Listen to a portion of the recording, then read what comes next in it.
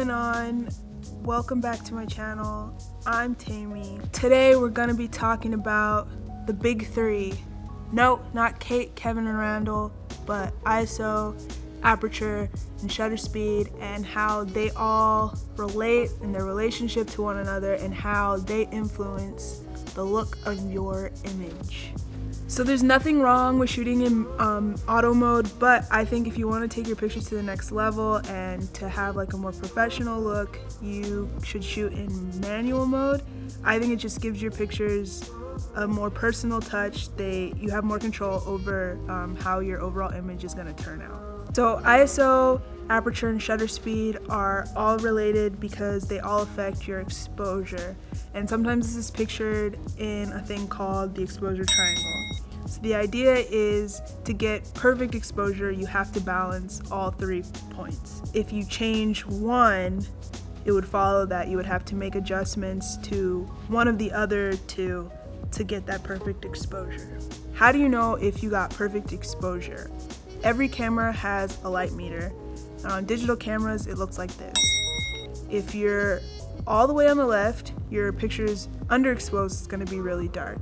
If your picture is all the way on the right, it's overexposed and it's going to be too bright. Your goal is to get it right in the middle. Perfect. First up is aperture. Inside each lens is a multi-blade iris called an aperture, and changing the size, so how big or how small that opening is, will determine how much light is let inside your camera. There's a number attached to the size opening, and that number is called an F number. So the smaller the F number, the wider the aperture opening, and the more light is coming into your camera. The smaller the opening, the larger the F number, the less light is coming in. Next is shutter speed. Shutter speed is how long your image sensor, or in the case of an analog camera, your film, is exposed to light. So on every camera, there is a sort of curtain. On analog cameras, literally a curtain that will move based on the shutter speed to expose your image sensor or film to light. When you take a picture, the shutter moves to reveal the image sensor and then covers it back up. So the amount of time that shutter is moved away, or the curtain is pulled back, is the shutter speed. The shutter speed is a fraction of a second. If your shutter speed is set to 250, that's 1/250th of a second. The lower you go, the more time light has to enter your camera. The higher you go, the less time. The higher the number, the less light you have in your being exposed to your image sensor, the darker your image. The lesser the amount of time, more light is being let in, and the brighter your image. ISO is the sensitivity to light. So in the days of film, and if you still shoot film today, the box will have a number on it that says 400 or 800.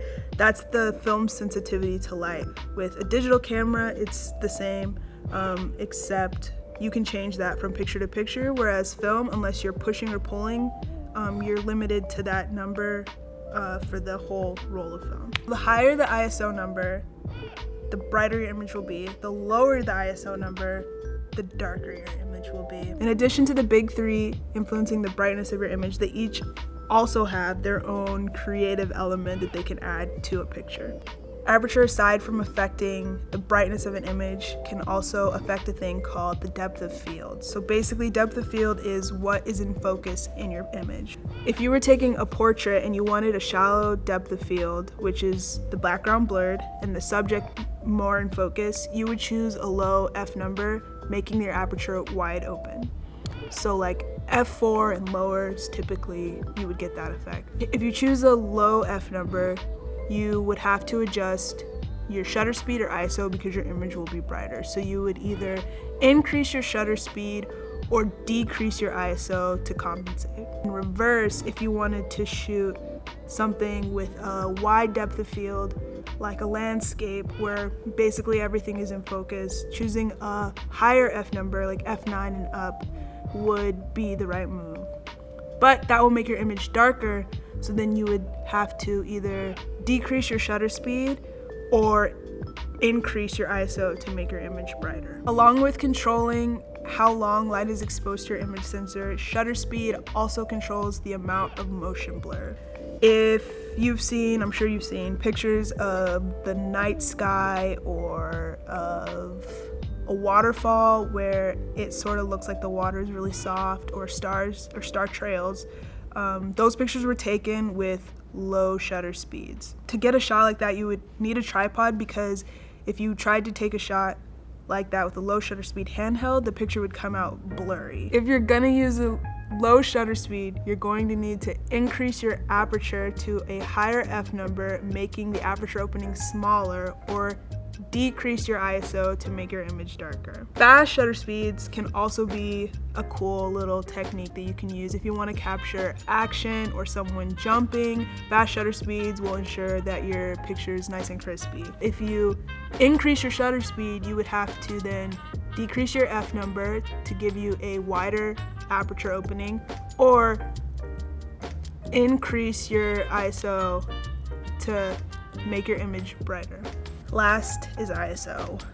In addition to controlling your sensor's sensitivity to light, ISO also controls the amount of grain in an image. You've probably taken a picture at night or in a dark room and noticed that there's a bunch of like little speckles or like loss of detail in your picture. That's because it was a lot of noise present in the image. The higher the ISO number, the more noise is going to be present in your picture, and the lower the ISO number, your picture is going to be a lot cleaner and a lot more noise deficient. Usually when you take a picture, you want your ISO to be as low as possible. To do that, you would need to lower your shutter speed, as well as lowering the f number to make your aperture wider to get your image to be brighter. There you go. That's a 411 on the big three.